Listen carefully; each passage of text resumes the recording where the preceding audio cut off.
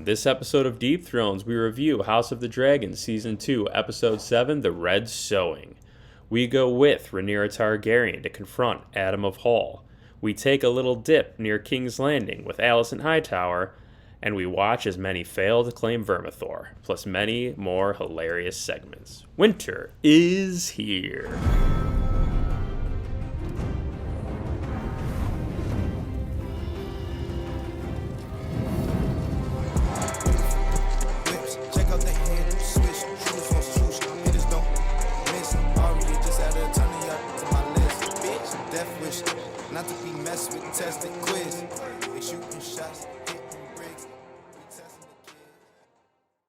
Welcome to Deep Thrones, the most entertaining podcast in the world of Ice and Fire. I'm your host, Sims. My partner, Sheedy's here. What's up, Sheeds? Hey, everyone. Hey, guys. Hi. Thanks, guys, for joining us. Thank you, Chris, for introducing me. As you guys could probably tell, fancy time's over. The time for laughs and giggles is done.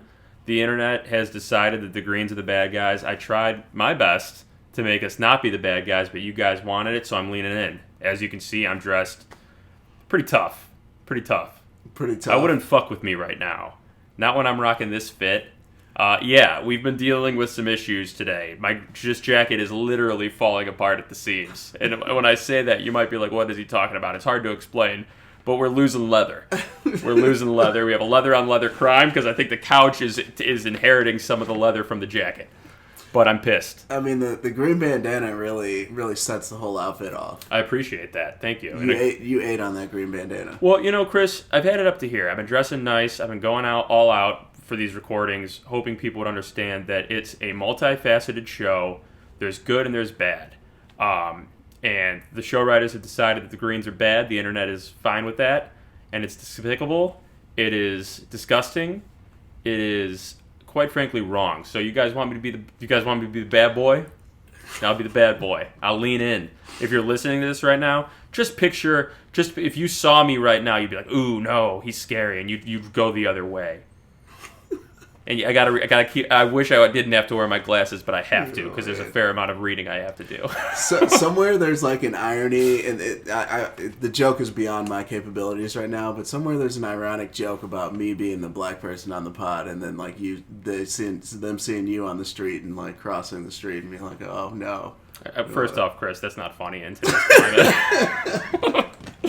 First off, it's very offensive that you said that. And I want on record that Chris said that.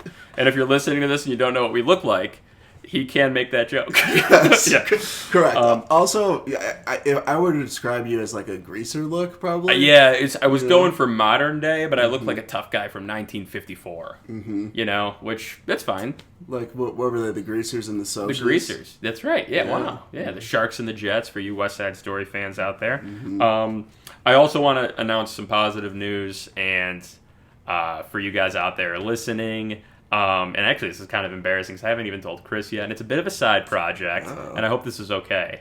But I figured with the new look, with the new vibe, I am starting sort of a new wave punk band, and we're calling ourselves Aegon's Fallen Angels. And I have no other members yet, and actually we need a guitarist, a drummer, maybe a bass player. I'll be doing vocals, though, and I've actually written a few songs. And no, I will not share them with you guys. We got to get... I'm on Craigslist right now looking for bandmates. But if you know anyone out there, hit me up. We're going to be jamming pretty soon, I would guess, near a local venue hall. Is Deep Thrones tied into this project? No, this is a solo venture. I'm glad you asked that. We can talk about that offline. But all profits for this this is going to be a separate... we'll talk about it offline. Okay. Yeah, because I think, like, you know, if you're using some of our IP, you know, mentioning the bad boy look with Aegon and stuff, we're, like, you know... Well, Aegon is not our IP, the bad boy look with Aegon and the green bandana, I'm sure you're going to be rocking that. This is just how I dress. So it's like, I don't make fun of how you dress. Even though you look like you look when you get done playing. You couldn't even get it out. Oh, man. Yeah. But you do look great. You look fantastic. Yeah, whatever, dude. But the Olympics, Yeah, the How's everyone Olympics. feeling about that? But I wasn't kidding. We're gonna need a cut of the band proceeds. We'll figure it out. Okay. If you could be in the band, I have nobody. You want to be in it? But you're an Olympic guy, right? I am. I actually was watching this morning when everything was live. Yeah. The basketball team blew out Serbia. That was cool. That was. For my OCD, I don't like how they track Olympic medals. So like America has the most right now, but I think it's Australia and I want to say France have the most golds. Yeah. So they're considered 1 and 2. America's right behind them with like 3 golds. I think they have 4 at the moment. By the time you're listening to this, it could have changed. Probably I shouldn't even be talking about the specifics. But America has by far like crazy amount of medals compared. And also, I saw some of our gymnastic trials, and they look poised to just go off. Simone Biles is amazing. Yeah, those qualifiers, she was snapping off, and she's like, quote unquote, ancient for gymnastics, but like she's 26, I think. Yeah, because they started apparently they started like professionally. They're doing it in the Olympics at like 15. Which is crazy. Yeah. And, you look at, I was thinking about this, like Michael Phelps, like these people who just dominate. It's pretty cool. There's a 14-year-old MLS player, a soccer player, I think it was really? the New England Revolution or something, but he played for the first time.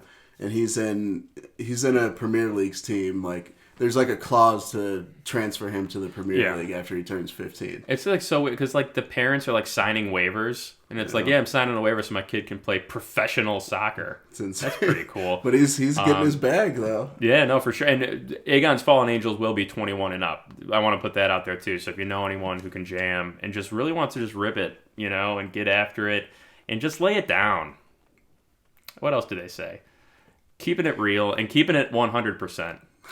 Should we start with the breakdown of this show? Yeah, so we should 100% get started on this. Season 2, Episode 7 of House of the Dragon, The Red Sowing. The Red Sowing. We start out at Driftmark, and we pick up basically where we left off last episode. Adam is there with Sea Smoke. Rhaenyra is there with Cyrax. They're having kind of a dragon showdown. I wish they had that standoff music. Yeah. Hands on the pistols on the hip. Yeah. It had that energy from Rhaenyra's perspective, but I think Adam was kind of like, listen. He's like, I don't know. He's like, Sea Smoke chose me. I didn't want the smoke at first, but now that I have it, I'm loyal to Rhaenyra. Sometimes you don't want the smoke, but the smoke chooses you. That's true. But yeah, he's a good boy. He's loyal to his queen, Rhaenyra. Rhaenyra, of course, is hesitant. I was wondering as I was watching this scene what relationship Rhaenyra had with Sea Smoke prior to this. Yeah, because it was Laenor's dragon. Yeah. And obviously, regardless of what their relationship was, they were married and probably flew many flights together from Dragonstone to King's Landing. So they probably were tight. And it seemed like Cyrax was a little more open to the new rider than Rhaenyra was. Like, I think that might have played into it too. Yeah, I think Sea Smoke, if anything, in dragon language, was probably like, listen, it's cool. Like, it's cool. Like, relax, But he interestingly would not tell her that he's Corlys's bastard. He was just like, I'm of no noble birth. Mm-hmm. And Rhaenyra sort of was like, he bent the knee pretty quick. He did. Rhaenyra is rightfully questioning, but we see that hesitancy kind of goes out the window once she realizes that the door is open now, right? If there's no noble birth, if he's not Targaryen blood, then her theory that you have to be Targaryen is kind of out the window. Yeah. And anyway, she's like, listen, let's get back to Dragonstone, because he said he wants to learn the ways of the Dragon Rider, and Rhaenyra feels like she's added one more dragon to her claim, which is, obviously huge, given that it's just right now her and her younglings with Baela, Jace, the kids. They can't take out Vhagar. No chance. And then from there, we have Alicent having a quick conversation with Orwyle. Essentially, it's just about her talking about serving her house and how it all means essentially nothing.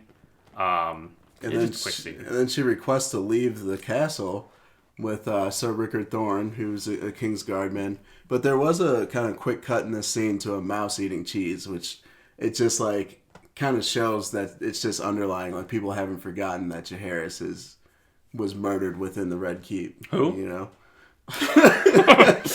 Yeah, no, totally agree. Yeah. R.I.P. Man. I do. Well, it's interestingly enough, and I think this is something that I wish I saw more. I think that again, I don't blame the show writers so much because we know HBO had their hands in it. 10 episodes, I think, would have allotted us more Aegon Helena scenes post Jaehaerys. I would have liked to have seen that. They're like the one married couple on the show at this point. especially after Corliss and Rhaenys. And I just would have liked to have seen them grieve together, but we did see him walk past her, and they had no, like, that's just the nature of their relationship, I guess, is that we wouldn't really see that. I actually thought we would see more Aemond and Helena interaction this season. And it looks like from the look ahead we might, but I agree. I would have loved to have seen some previous, but just a minor critique. From there, we see Aemond forcing some Kingsguard men who started that riot. As Chris predicted last week, he's like, these guys are going to get in trouble for this.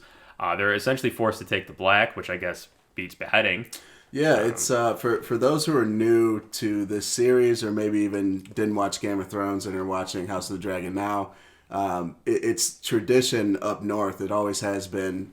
You could always claim the black, which means go to the wall and serve on the wall, as opposed to being executed. In the south, it was actually brought down by King Jaehaerys, who, of course, was the old king before Viserys.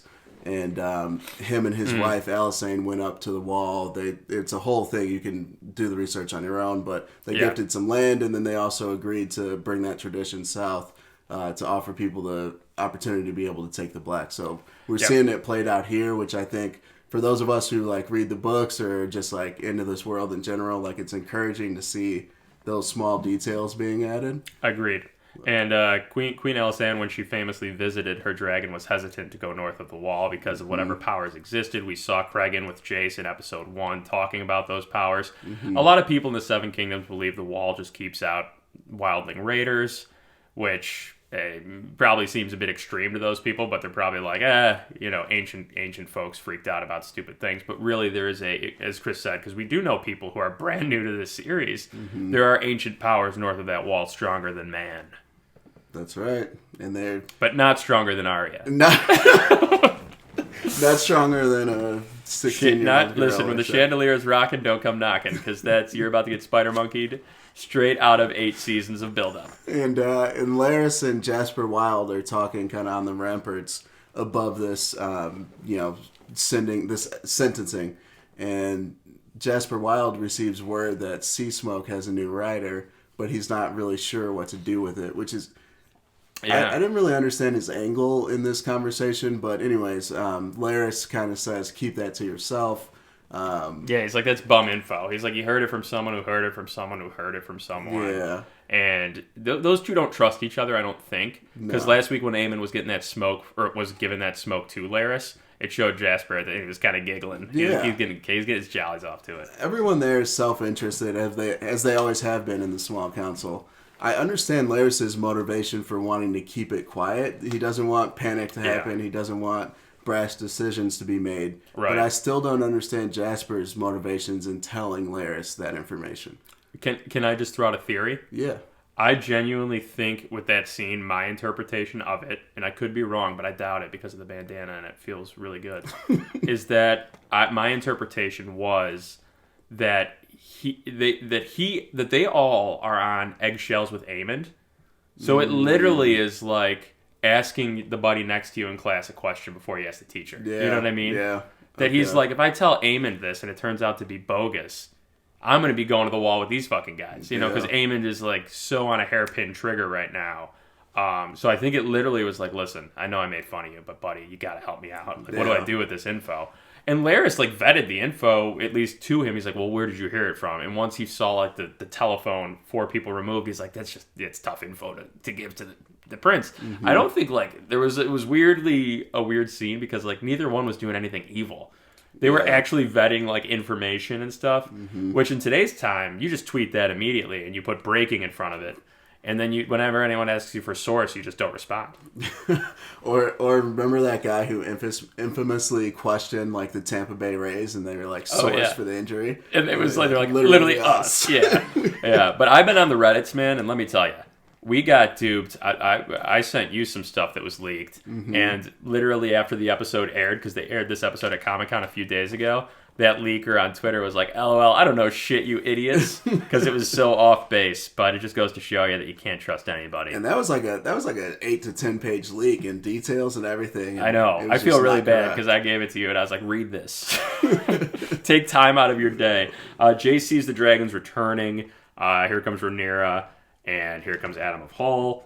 And the council is again, not happy with Rhaenyra at all. They haven't been for 7 episodes. No, Bartimos Celtigar is doing his same thing. Bitch didn't learn his lesson. Rhaenyra's going to have to give him that 2-piece. Here go 2 more for y'all. But yeah, he did learn his lesson from the slapping. He's still questioning Rhaenyra's authority and basically like saying the quiet part, like, why are we granting this power of basically mass destruction to lowborn people?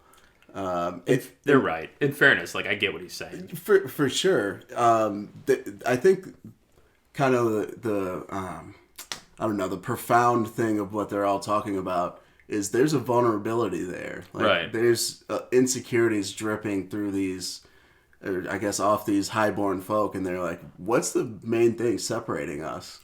Specifically separating Targaryens. Yeah. And as we see, and again, this whole dance, I explained this to one of our dear friends, was asking us me questions via text, and I explained to them, I was like, when you pick this show up, then, like, if you watch this first and then watch Game of Thrones, it explains, in essence, the downfall of the entire Targaryen dynasty, or as they would say, dynasty. Mm-hmm. And it's just that, first off, they're no longer viewed as gods. They bleed. And anyone can ride a dragon. It's like, oh, you guys have genuine... You're no different than us. You were just born in the right situation. Mm-hmm. You know what I mean? Absolutely. And they eventually learn that they're a little bit crazy, too. A little bit. Hey, that's all right. I like them a little bit crazy. Speaking of things you like, we see Mysaria in Rhaenyra's chambers. Let me tell you, love it. They don't discuss... The kiss was a one-time thing. They moved past it. Doesn't mean we can't hope, but I wouldn't expect it. And yeah, they're just discussing, and they discuss a lot what we just discussed, which is dragon riders, blood, like you said, the thematic element of, does this lower us to raise other people up? Mm-hmm. And I wonder if there's going to be anyone coming out maybe critical of Rhaenyra and how classist she is in this scene. You know, talking about, like, the lowborn, and there's ancient fealties that separate us, and it's almost like a caste system a little bit. But in fairness, Rhaenyra she's born, like, she kind of should be. Like, I'm not, you know what I'm saying? Oh, she definitely is, yeah. Right, like, it's weird. It's like, you'd want to believe that if you're in that situation, you wouldn't be that way. But if you were born in a medieval time, and your entire life they called you Prince Chris, then the second they're like, hey, Prince Chris, this thing that separates you from Slumdog Sheedy over here, you know, and I'm over there eating a bowl of brown and flea bottom, you're going to be like, well, I don't know if that guy really deserves this. Right? Wouldn't you think that? Yeah, I mean, there's exceptions. I mean, Prince Daemon is an exception, right? He hangs out with the Slumdog Sheeds of the world. Yeah, he would. I get that. I guess that's true. I think that, okay, let me rephrase. I think Rhaenyra cares about the small folk and their well-being, but the dragon is sort of the dividing line, right? Mm-hmm. And I could see that. But she's more willing to do it than, like, Jace is. It's just, like, the dividing line in real life of, like, rich folks and, like, their tax rates and stuff, you know? For sure, yeah. You know what? Yeah, let's go down that. Let's keep pulling at this thread and see where we end up. Oh, man. All right, take us to the next scene. I don't even know. Oh, Adam. Corlys visits Adam, and he just says, he's like, hey, good job. You know? Good job, buddy. Short and sweet scene. Every Corlys scene this season. Short, sweet. Steve Toussaint's a great actor. And too bad we don't really get to see it. Yeah, season 3 is going to be so epic, and I know it, but I 100% accept every complaint about this season. It's a setup season, kind of, which is, like, unacceptable after 2 years, but it's fine. I love it. I mean, we can talk about that after we go through the review. Sorry, you're right. Damon and Oscar chat. We got Oscar. We got the River Lords. Oh, my God. Dude, finally, we're seeing movement at Harrenhal. I think this scene kind of owned the episode, in my opinion. Oh, yeah. I agree. I do wish Oscar was named Kermit or Elmo, like he is in the books, but I'll take Oscar. It's cool. You got to pick your battles here. Yeah. You're such an Elmo. He's such an Elmo stan. You got to pick your battles here.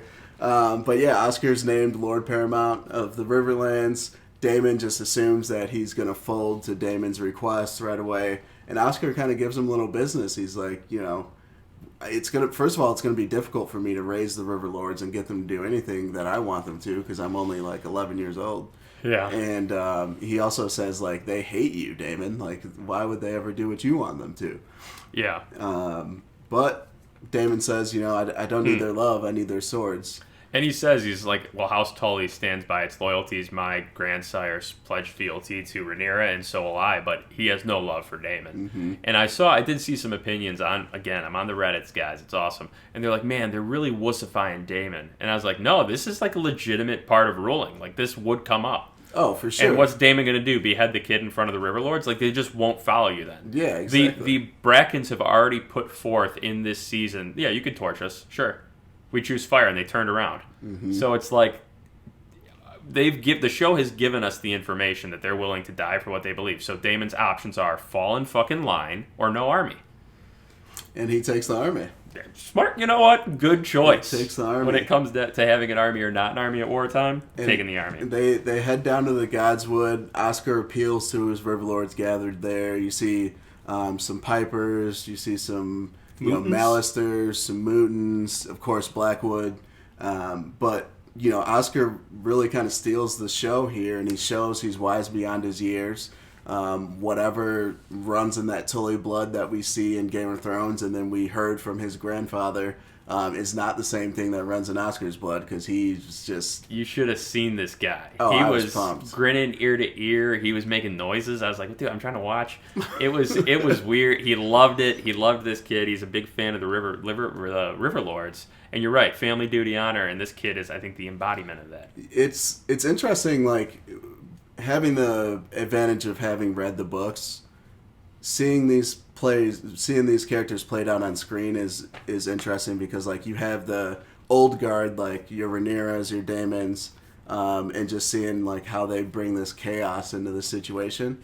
But then you've got your little lads coming up that are going to be the future of Westeros, and like it instills confidence seeing Oscar played like that on the screen. Yeah, I do think that this season in 8 episodes has done a really good job of showing how the war is affecting people who really have no say in it. Mm-hmm. The River Lords are being dragged into this. The small folk are being dragged into it. All of the Valyrian people, it's well done. And then Oscar basically says, we want you to rectify the wrongs that you've made, Daemon, and Willem Blackwood was your sort of biggest wrong, and he chose insane violence, so you gotta fucking behead him. And Daemon fell in line, like you said. Daemon does it. I would have liked to have seen Alice Rivers looking on. She wasn't in that scene, which I guess point back to ghost theory. And then from there, Daemon tweaks a little bit more, which is exciting. He sees Viserys. Viserys has the crown, and he's like, I never wanted it, and it's setting it up for Daemon to realize he didn't fucking want it either. That's what they're going for. Yeah. They might have him tweak next week, where he finally looks at it and is like, I don't want this, and then he snaps out of it. Whatever. I'm hoping that was like the bow on the... It wasn't. On the hallucinations. No way. They were 1 episode away from full hallucination. They're going full hallucination. They want one more hallucination. Yeah. But, it is like the circle has to be closed on that, right? And I think this one is almost that closing, if not the closing. We would say, I've been thinking that for 5 episodes. Yeah. But I am a little bit emotional, so if the next scene, we got King Aegon is up and around. And Chris, I'll let you take it from there. I need a second. Yeah, so he's just, really struggling getting around. Real shame seeing him pay for, like, all his transgressions. Like Aegon's fallen angels always get back up, just like Aegon himself. Yeah, he obviously is paying for that, for drunkenly going into battle. Yeah. Orwell's helping him. Larys shows up. It's a good scene. It is a good scene. Orwell's basically taking him through physical therapy under Larys' command. Larys comes in. He's like, you shouldn't be doing this alone. Offers a hand or a foot. And, Larys says, like, you need to work harder. Like, I know this is hard. You're going to you're going to learn to walk differently, essentially. But Larys is really pushing him, and it leads us to believe that Larys recognizes the danger that's coming to King's Landing now. Larys like him, or is it his meal ticket? Both, I think. Yeah, I agree. They've made Larys seem a little more human. Okay, let me take that back. I don't know that he likes him per se. I think he sees a little more of Larys' self in Aegon now. Yeah, because of the disabilities. Yeah, well, Aemond has one eye. you know? But I think he's just afraid of him. Eamon's pretty physically capable. He's pretty physically capable. You're right. There's a difference there, for sure. But I think it's important to note that Laris took that info from Jasper Wilde, didn't really amplify it in front of Jasper because he didn't want that stuff to get out. But, like, in Laris's mind, he's like, the clock's ticking. They're getting more dragons, which means more dragons outnumbered to the 1, or I guess maybe 2 if you count Helena's dragon. But King's Landing is becoming a more and more dangerous place by the minute. Laris' spy network is still new. He's still sort of figuring it out, and a lot of what he does has been through intimidation. And now all the pieces are sort of scrambled, so it's difficult to accomplish that.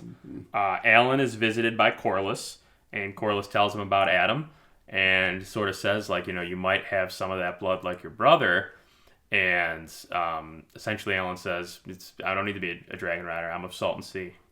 Yeah, and I think Corlys is almost trying to learn a little bit and probe into what Alan's mother's heritage was, too. Yeah.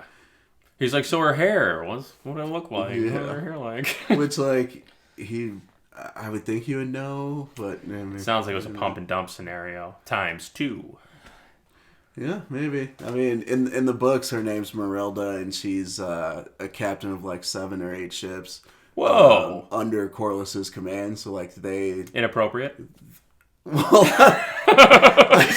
Yeah, I guess. I wasn't really going to go the HR route. But my point being, he would definitely know. He would be intimately familiar with who she was and, like, what she looked like and all that. So. You think he would have, at some point, been like, where you from? Yeah. What's the deal? Corlys is all business, man. He gets in there. He's short and sweet. Short and sweet, man. Hey, nothing wrong with that.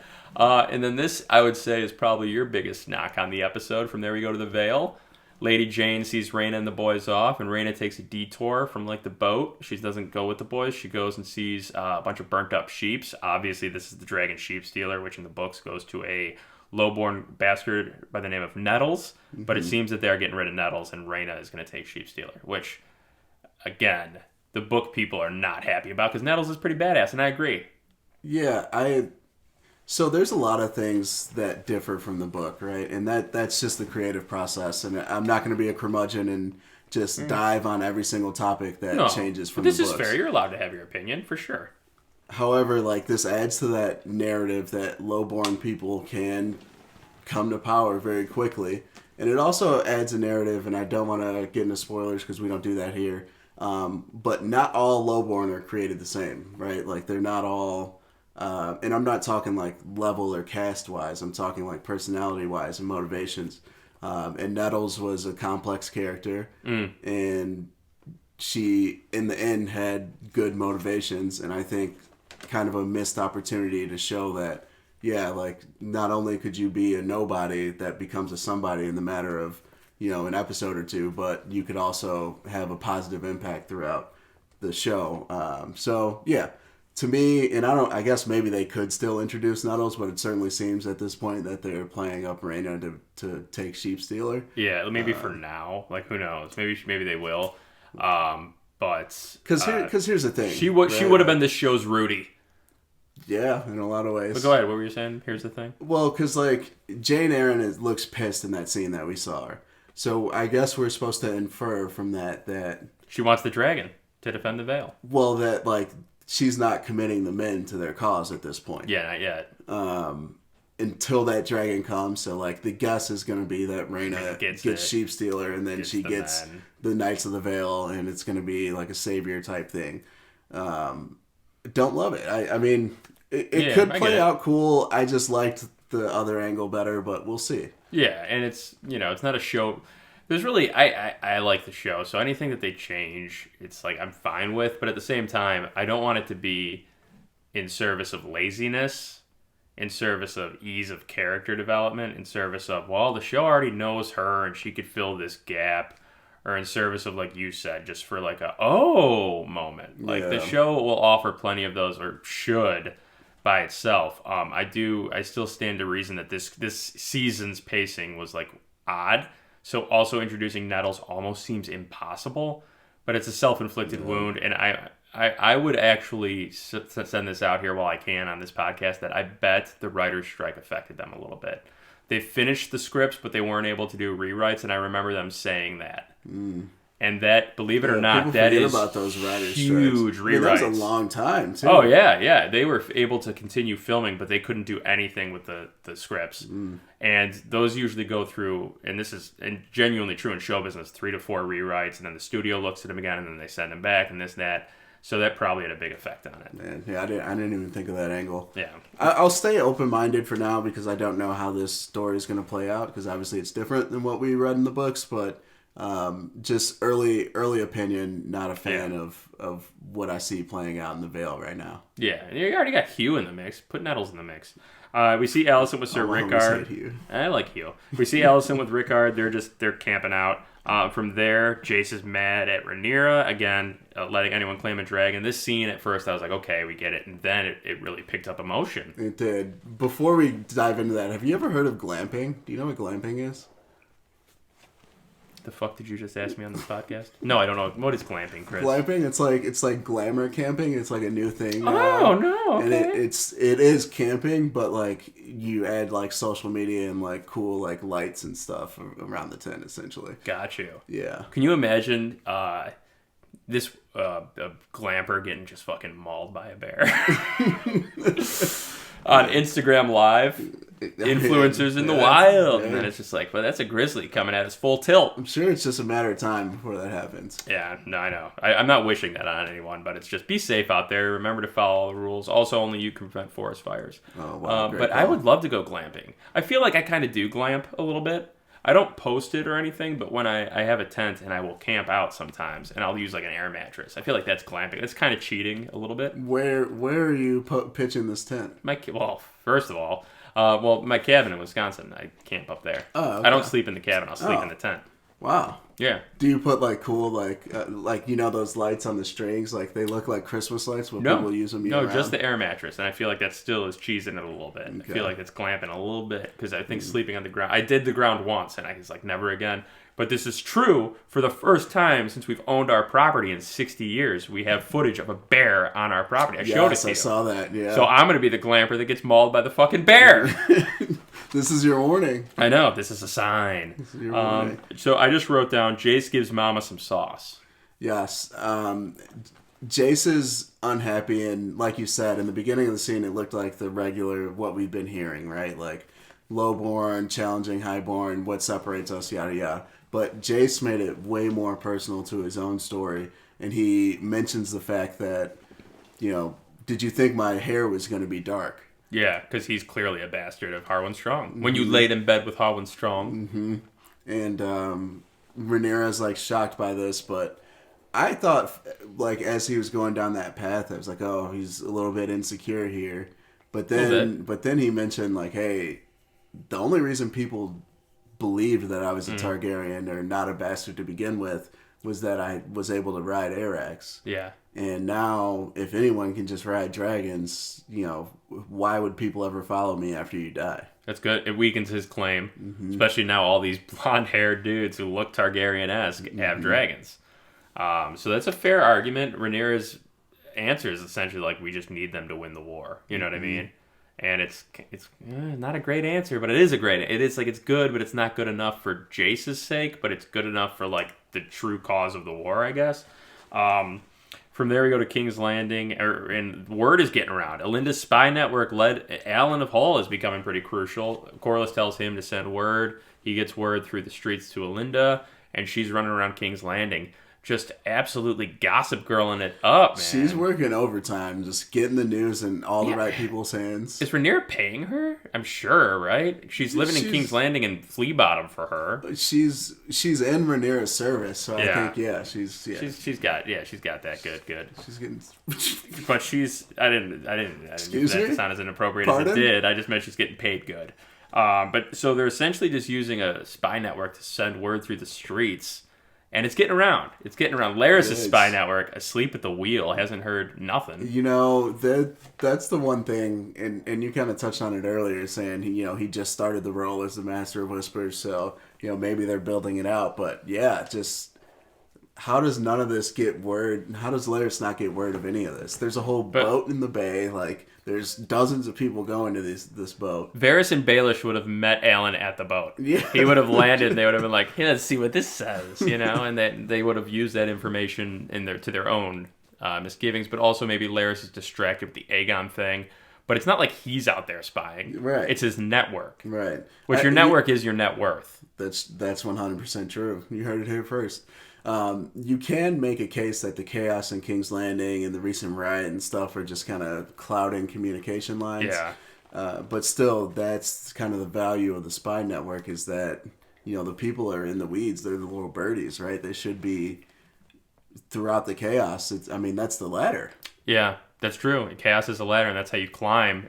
Laris should be using this to his advantage. In fact, yes, I get it. He's tight with Aegon, but he could use this also to get himself tight with Aemond. You want to get respect. That's how you do it. Yeah. And Ulf has a scene in this, and it was actually pretty funny. Yeah. They're like, his one buddy's gassing him up, like, man, this is your opportunity. You get to go and try to claim a dragon. Ulf's like, I might not actually be related. I might have been wrong, but they essentially peer pressure him into going. Mm-hmm. And Hugh's going as well. His daughter died. We got that confirmation. It was off screen. That fresh produce just didn't cut it. And he tells his wife, like, I got to do this. She's like, well, to what end? He's like, it'll change our lives forever. So we see a bunch of people boarding ships heading for Dragonstone.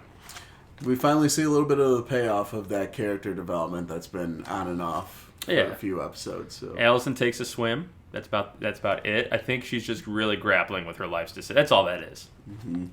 Yeah, I just have Alicent and Lake. So Alicent and Lake. That's all you need. Thanks for that scene, Ryan Condell. Thank you. Rhaenyra calls Vermithor. She meets the dragon seeds. The dragon tamers quit. They're pissed. They're like, how dare you disgrace our fine order by giving... These are the gods of Old Valyria, the magic of Old Valyria, the last remaining magic from Old Valyria, and you're giving them over to just commoners. Mm-hmm. A lot of 1% talk going on this episode. Yeah, and the dragon tamers just walk out. Rhaenyra lets them, which I don't know if that's like a respect thing or if that's like they're not going to bend the knee to me now anyway, so it's either kill them or let them go. Bartimus Kelfgar saw that and was like, what the fuck, man? Yeah, I got slapped. She hates me the most. Dude, the Kelt homies, he's pissed. He's down. He's down bad. And then she has a great speech, kind of an address to these dragon seeds, and she makes this bigger than just them and the dragons. She says, you can end all the suffering amongst the small folk. Peace will be restored. You can end starvation, privation, war. Like, she's really making this a grandiose project. Yeah. And then just sends them in. And she's like, and by the way, let's go check it out. She's like, let's go see what we're dealing with. And she takes them in. She calls Vermithor. Mm-hmm. Vermithor shows up. The Bronze Fury. Big boy. Big boy. Big boy. The second largest dragon in the world behind Vhagar. Living dragon, of course, at this point.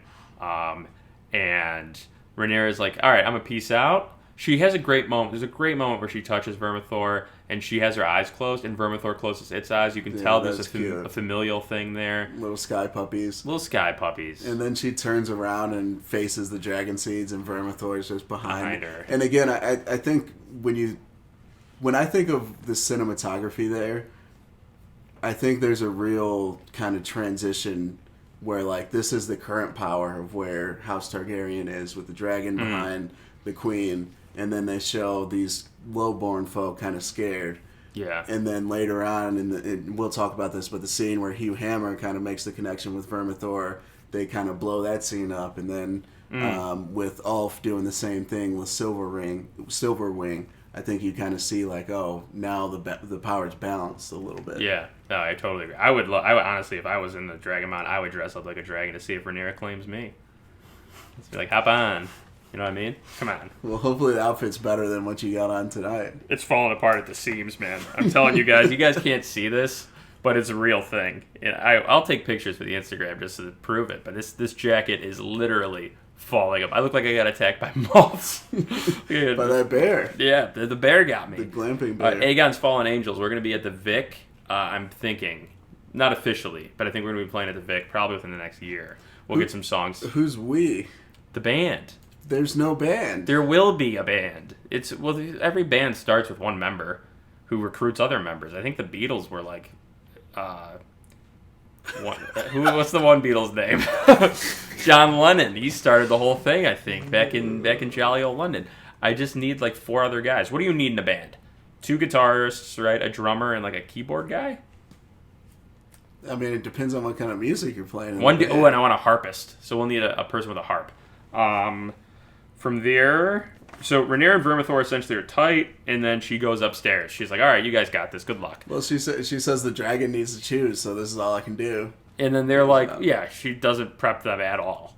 No Valyrian There's no words. prep. She says Valyrian words, but it wasn't like, remember this. This will be on the exam. Mm-hmm. She just pieces out. The soldiers prevent anyone from leaving. And then Vermithor's like, oh, what a scrumptious meal Rhaenyra has provided me. Sure, I'll fuck them all up. Nice little lowborn buffet. Yeah, it's like, oh, wow. And then Vermithor just goes off the perkies. Just yeets one dude, burns another, slashing people down. It does sniff Hugh at the jump, and it's kind of like, he's okay. Mm-hmm. And it's just pandemonium. Ulf White falls, and he runs into the Dragon Mount, just like, fuck this. And left and right, people are getting torched. Rhaenyra's watching, and you can see the guilt on her face of like, man, that's too bad.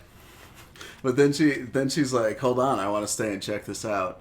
Vermithor is eating people. He's having a blast. Honestly, like this is a glow up for Vermi here. I'm like, it's sort of like when you get your dog a new chew toy, and you're like, it's gonna destroy that fucking chew toy, but it's gonna love doing it. I will say, I felt really bad for the guards that had to stay there and keep the people in. None of them were told. I mean, they're just in the crosshairs. Again, how many people has Rhaenyra gotten indirectly killed this season? I said this last week, and I stand by it. Greens up. Greens are better. Look at this. Still, just he changes the outfit, but he's still pushing the agenda. Thought you were supposed to be tough this time. I'm still Team Greens. Mm-hmm. What do you think I'm wearing a green bandana for? Why do you think the band is called Aegon's Fallen Angels? I'm Team Greens all the way. I'm just done being nice about it, is what I'm saying. Fuck Rhaenyra. Wow, you'll pay for that one.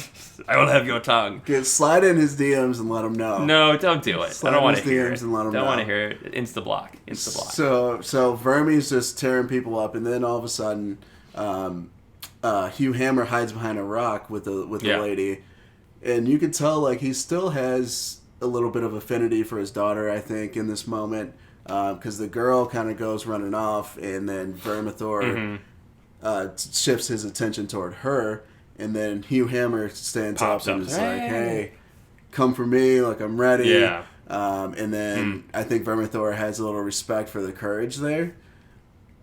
Or maybe he sees more of what he saw in that first pass. That's what he was looking for. Yeah. You know? And I do think it's something to do with, like, what they say, like, when you act big, right? And he acted big, and Vermithor is like, mad props, dude. That was pretty cool. Appreciate it. Good yell. He got good pipes. And I do think that the blonde hair, maybe he does have some Targaryen in him. I don't know. Maybe he is a bastard of a Targaryen lord from King's Landing.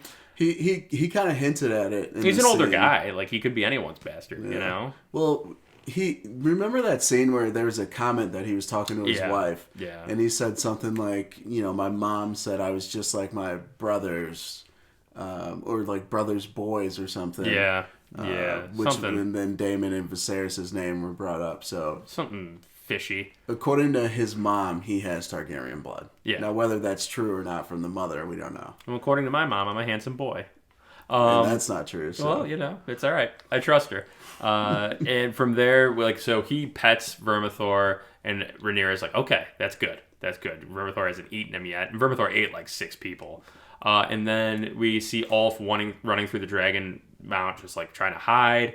And then he bumps into Silverwing. The first time we've seen Silverwing. Looks badass. I love the way they made Silverwing look. Yeah, how it blended into the rock face there at first. And Silverwing's just kind of like, sure, dude, let's rock. I've been in here too long. Let's get out. Silverwing and Ulf are the new like dragon and donkey in Shrek. Dragon and donkey. Yes, I see. Yes. Yeah. And I do think too, like Silverwing, in a weird way, in the little time we've seen these dragons have personalities, kind of has an Ulf-like personality. You know what I mean? Like, I bet Silverwing and the Dragon Mount's like, dude, me and Balerion were fucking like this back in the day, right? And they're like, you didn't even meet Balerion. He's like, no, we were tight, all right? We were tight. I feel like Silverwing kind of became infatuated with him a little bit. I think Silverwing fell into the charisma. Ulf is cute. Ulf is a cutie. Yeah, you look at him, he's a little guy. You and Ulf being handsome. I think me and Ulf would be wonderful friends. He likes to drink. He likes to party. He likes to lie. What more do you need? We get a Green Council from there, and there's no real news in it. It's sort of a setup, but we get a little bit of news that Tessarion has taken to Wing.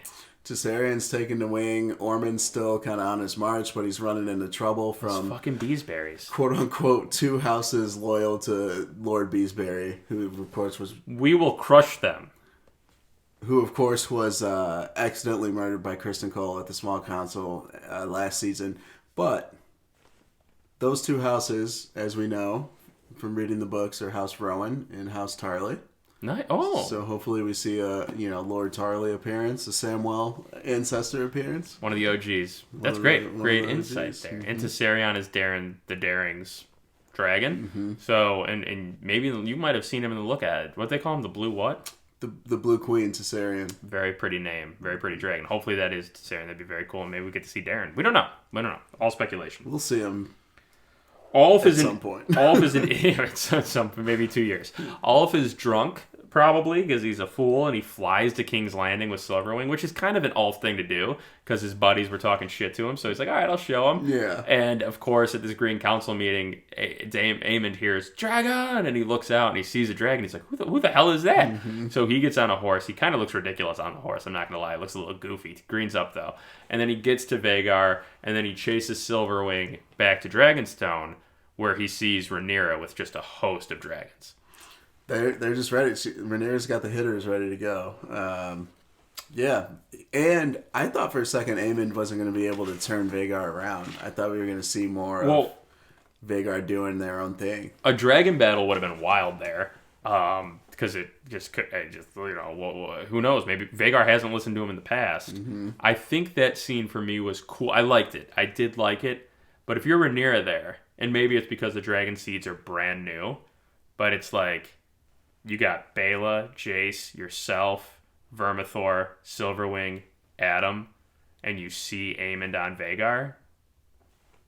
Maybe just end the war there. Maybe just give it a shot. You know? I don't know. Yeah. But as we know about Rhaenyra, she probably wants to talk to Alicent one more time. Just to be crystal clear on what the story is. Potentially a little bit of a plot hole there, because earlier in this episode even she's talking about, ending all the suffering and, ending this war that shouldn't have happened and blah, blah, blah. Yeah, right. Like, and I get it. Like, Ulf and like they don't even know probably the word Dracarys. You know what I mean? Yeah, Hugh, no. What are they gonna like? I get that angle from it, and she can't really go. And what are you gonna do? You're gonna send Adam to his death immediately. So I get it from that perspective, and I did like that's a completely added scene, not in the books, and it was to add a little juice at the end, which I liked. I liked it. It doesn't strain credulity for me as some other scenes have in the past, but you still are like Rhaenyra. Like this is kind of like. Your dragons are way faster than Vhagar. You can attack it from all sides. Its head's going to be on a swivel. Yeah. I wonder if they're going to do some sort of dragon training. It seems like she's setting it up with Adam at least. Yeah, so, I'm sure there'll be a little bit of that. Yeah, how to train a dragon? Yeah. There'll be a scene of it, and then they'll all be like, we're good. We got it. How to Train a Dragon rated R version. Yeah, I'd take that. That'd be a good show. We're watching it. It is the show. House of the Dragon. That was House of the Dragon, episode 7 of 8, The Red Sowing. What's your rating on that one? 8. An 8. I liked it. I liked that episode. I stand by it. In the confines of this season, it was much needed. If you ask me the whole season's rating, it's a completely different story than this episode. I have my qualms with it. That episode as a whole is an 8. It's more exciting than... Yeah, most episodes of most any other show you'll ever watch. I tend to agree with you. I gave it a 7.8, so very close to yours. The reason I liked it, we finally see some payoffs that we've been waiting for all season. Mm-hmm. We see payoffs in King's Landing, with like all the word being tossed around to the small folk, and finally the Dragon Seeds storylines coming through. We see payoffs in the Riverlands. Oscar's probably finally Lord Paramount. Daemon appears to be actually conversating with other people now. Yeah. And then we also see the payoff finally with Rhaenyra like taking more and more action. It may not be action you agree with, but at least now she's decision making, and like we mentioned, there's 3 dragons now added to her cause. Yeah.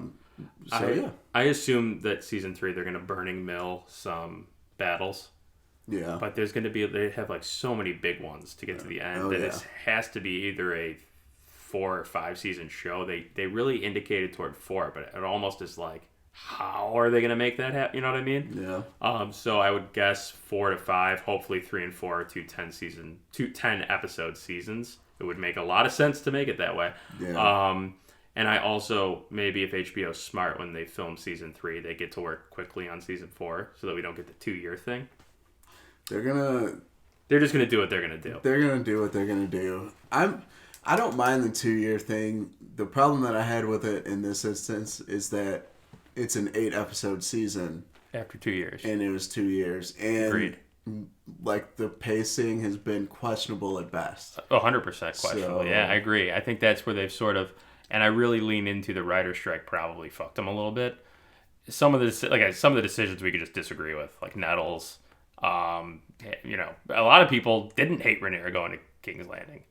So that's a disagreement thing. Mm-hmm. But at the end of the day, this is more entertaining than any show on television for me. For sure, and I think people have a tendency in general, whether you're leaving a review on Google or whatever, like the negative stuff usually comes to the top faster. I'm gonna write a review for this leather jacket, and I'm gonna say what the hell's going on. It's literally falling apart at the seams. But there's so much good here. And I don't want to like act like I'm defending the show. I think like a lot of times throughout the show, from a book reader's perspective, there's been questionable decisions, but a lot of them up until this episode, and then even I guess like episode 1 where they made Alicent younger, like that's a different, whole different conversation that fundamentally changes dynamics between Rhaenyra and Alicent. But in this episode, up until this point, in my opinion, you could have made a case that the writers of the historical Fire and Blood book would not have been in the room for some of these conversations. For sure. Yeah, they wouldn't know. But this one, like where you have a dragon flying over King's Landing and then Vhagar chasing it back to Dragonstone, like people are going to know that took place. People would have seen that. Yeah. Keep in mind, it's based on the story Fire and Blood. Right. They're going to do what they're going to do. So that one, I mean, again, a small thing. I don't think it fundamentally changes anything in the story, but like, you're going to hit Reddit and the book readers are going to be like, that never happened. Oh, yeah. Oh, yeah. Like, all right. That's going to happen in everything. Best line, Yas Queen. Chris, you want to go first? My best line was from Adam of Hull to Rhaenyra. If the gods call me to greater things, who am I to refuse them? That was mine as well. It was a great line. Yeah, great line. The best line of the episode. Mm-hmm. What was your Yas Queen? My Yas Queen was from Jace to Rhaenyra. And Jace says, what happens if one of your base-born silver-haired dragon riders decides he wants to rule the 7 kingdoms? That's, important. Important. Very important question. My Yas Queen was Oscar Tully. Okay. The loyalty of my house stands, even if some are unworthy of it. Talk about Daemon. Love it. Where he calls the prince, and then Daemon's like the king. He's such a little bitch. Hottest moment, Chris? Also, Oscar Tully. Just when he was addressing the Riverlords in that scene you were just mentioning, I think he stole the episode there. That was my favorite scene. I agree. My hottest moment was Vermithor fucking everybody up. I loved that. It was literally the hottest moment. Quite literally the hottest moment of the entire episode. And quite frankly, we needed it. We needed that kind of energy.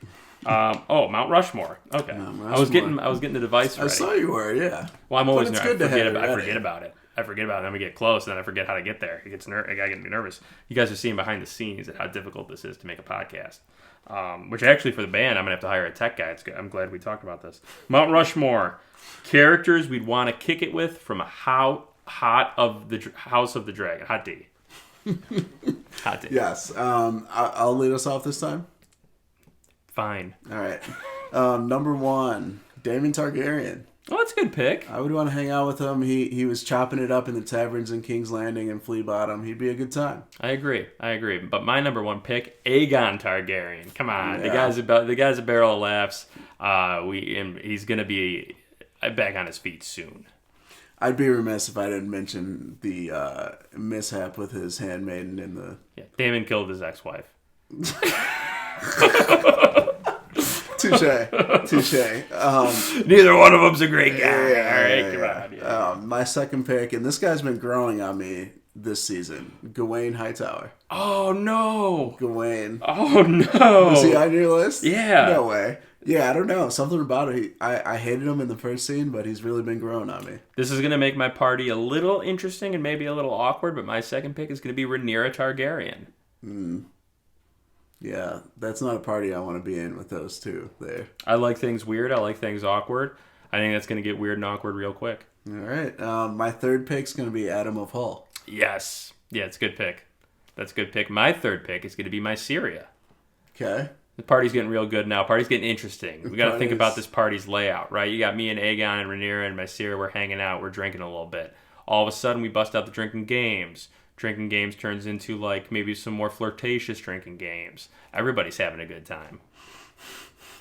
What's your next pick? My fourth and final pick is going to be Oscar Tully, That's a good pick. Lord Paramount of the Riverlands. That's a good pick. I'm standing over him this episode, if you guys couldn't tell. You are. He's standing. He was hyped. My fourth pick is going to be, so let's think about this. Those flirtatious games, maybe things get a little weird, a little freaky. Uh-oh, I didn't think things get weird, get freaky. Better call my boy, Grand Maester Orwyle. He could clean up that situation if we needed to, right? Oh, no. You know, so... Oh, no. But also, Orwyle's dope. Orwyle's had to come up this season. We're kicking it with Grand Maester Orwyle. Yeah, Dude. That's not the reason why you want him at that party.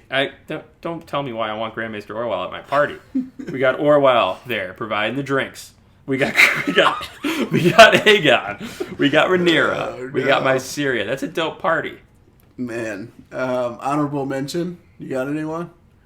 Otto. Love to have him there. I got Bela on mine. Bailey'd be I feel good. like she's about that action. She wanted to go scout. She wanted to almost I agree. torch Kristen Cole.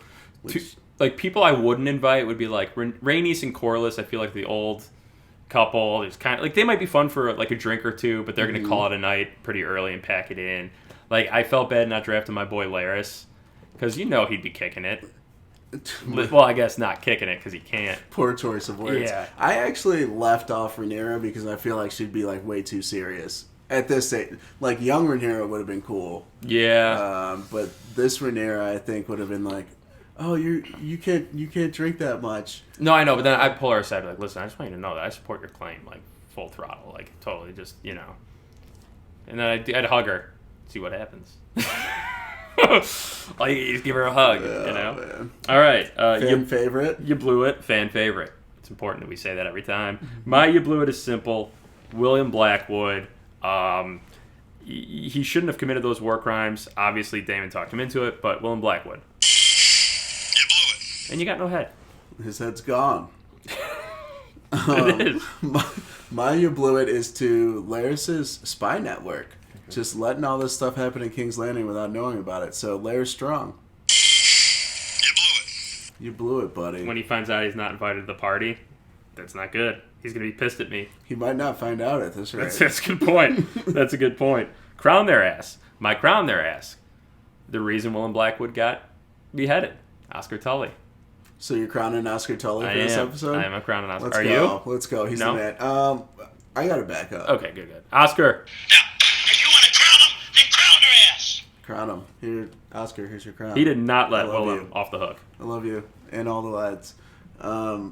My crown their ass. I am crowning Hugh and Ulf. Ah. And also Adam. We'll Adam, yeah. We'll crown all the successful dragon seeds. So Hugh, Ulf, and Adam. Now, if you want to crown them, then crown their ass. They are who we thought that they were.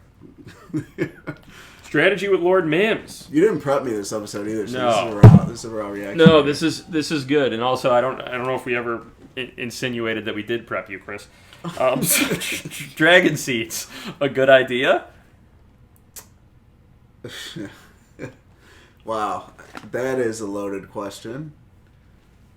I think no spoilers. I think it's a good idea given the situation that Rhaenyra is in now. Because think about this: what's the alternative? Her land armies are almost non-existent. She has no contact with Daemon, so she doesn't know that this situation's kind of evening out with the River Lords. So she is desperate, about as desperate could be. And there's no if she can't surrender at this point, she surrenders, she's dead. Jace is dead. Corlys is dead. So, with the information that she has, the dragon seeds are a necessity. All right. I think it's a great answer. I don't think there's any other way around it. Awesome. Final segment before we get to some housekeeping items. Trial by combat. Chris. Here we go. Fan favorite segment. Fan favorite segment. All the segments are fan favorites. This week's Trial by Combat. I thought to myself, I'm really liking the blurring the lines of reality between us and Westeros. We have the Song of Spice and Desire. We had Kristen coming to New York. We had us going to Westeros. What was that called? One night in New York. Yes. But again, it's how you spell night that's the secret sauce. And that's proprietary. I'll sue you if you guys use it. Deep Thrones. This one is again about us, but we're not going to Westeros. So I use ChatGPT again. I think it's awesome. It's so fun. You watch it right live. It's crazy. It's crazy how quick it does it. But I wrote a story about... I didn't write the story. Yeah, you didn't write the story. I insinuated what I wanted, and ChatGPT saw it done. All right? And essentially the theme is Chris and John, two best friends since high school, bonded over their love of George R. R. Martin's epic tales from his Fire and Blood story, have a House of the Dragon podcast. So far, so good. Chris, passionate and impulsive, was an ardent supporter of Team Black, championing Rhaenyra's claim to the Iron Throne. John, pragmatic and detail-oriented. I would switch that. ChatGPT got that wrong. I would be passionate and impulsive. Yes. You'd be... Yeah, that's fine. Correct. Sided with Team Green, respecting Alicent Hightower's strategic brilliance. But as the series progressed, their disagreements on the podcast intensified. After a heated episode, Chris accused John of undermining Rhaenyra's legitimate claims for the sake of argument. You're just being contrarian, Chris yelled. So essentially this goes on until we have enough. We literally are at our wits' end. We're fighting. It's not good. So what do? We challenge each other for the right to the throne or for the right to the pod to a trial by combat. Ooh. Right? And this is called Deep Thrones, the fight for the iron microphone. That's ChatGPT came up with that. That's not me. No way. It did. Yeah. I asked them to title it as well. It ends, of course, with us not killing each other, but we get close. And I disagree with ChatGPT because finally, so there's some back and forth. There's a crowd. John, calm and calculated, parried and countered with precision. I like that part. But then it says, finally, Chris, fueled by sheer willpower, managed to disarm John, sending his sword skidding across the floor. Panting and exhausted, Chris stood over John, weapon raised, but instead of delivering the final blow, he hesitated. And of course, through the power of friendship, we come back to the podcast. See, so your life was in my hands, and I spared it. Okay. What, I've never not... What are you insinuating? That's just so noble of me, and, especially for someone coming on wearing an intimidating look like this. I walk in here, you're out here threatening me. I'm not threatening you, all right? This is just how I look. My culture is not your Halloween costume. This is just how look at this. This is just how I dress. And maybe it is intimidating, but I'm an intimidating guy, Chris. I'm passionate. And I've been working out too. A lot of cardio mostly. But it's still. I could still throw down if need be. Right. And I will for Team Greens. And we're going to be one of those bands. We're going to be one of those bands you see in the papers a lot. Kind of like Aegon's Fallen Angels does it again. Tour bus was pulled over. They were being raucous. Well, couple of big announcements. I love the Chat GPT becoming the fourth member of our pod. Yeah, huge. And, AI. Now, again, I would watch. I'd actually be in this one. I don't know if this is so much of a show or if we're just. I think it's more of just it's like scary reality that we're really gunning toward it. Which that would be great. We should do that. We should get HBO to be like, hey, you guys' story is way more interesting than the one that we're showing. I would argue that sometimes the trial by combats can be a little bit more entertaining than what they're showing. A couple things I want to say really quick before you do your wrap up. We have we have Deeper Thrones this week. We have our normal episode 8 next week, and then Deeper Thrones again. After that, we have one more special episode that we're going to do, which is a look forward to Dunk and Egg, Hedge Knight, Knight of the Seven Kingdoms, coming out next year. And then after that, a something little special. It's our 100th episode after that. So we have a few episodes till then, but it's our 100th episode, and Chris came up with an idea. I think we can announce it, right? Are we announcing? Should we do it? Let's do it. They deserve it. They're good. They've been great listeners. So, my very good listeners, we are doing a award themed show for our 100th episode. It's going to be called The Thronies. The Thronies. 100 episodes. 100 episodes. 100 hours. We're going to be hosting the inaugural Thronies. There's going to be different categories. We'll open up a few of them to votes, but candidly, we're going to decide the majority of them. Yeah, but we will want your input. But it's going to be awards for... Wait, sorry, we're not going to decide. The critics are going to decide. The critics. We're just going to be compiling the votes. Right. But we will want some of your input. It's going to be a mix of Throny awards to characters on the show, to actors, to Game of Thrones related things, to ourselves, because of course, we're gonna duke it out, and it's gonna be great. But we'll get some guests. We'll get some guests. That's good. We should get a lot of quotes from guests. Mm-hmm. I think that'd be fun. And we're celebrating 100 episodes. 100. It's over 4 days of content. That's crazy that we've done. That is crazy. 96 is 4. And I don't think while we've been live, we've never missed a Sunday night recording. It's never. Always that Monday morning release. You're right. Except, I think you're right. It's been great though. So we're very excited for that. And this was a great episode. I might have just jinxed us, and we're gonna have disaster next Sunday night. I'm gonna get electrocuted with my guitar, plugging it into an amp while I'm writing my first song. But, well, thank you, as always, for joining us. Please follow, like, share, subscribe. Join the YouTube viewing to be able to see these dapper outfits that Sheedy presents. And that's it for me. Hey, Rhaenyra, hit me up. I'm just a little dragon that needs sewing myself.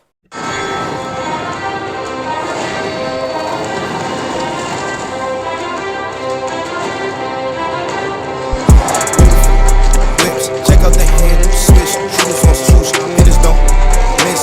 Aria just added a ton of y'all to my list. Bitch, death wish, not to be messed with, tested quiz. They shooting shots.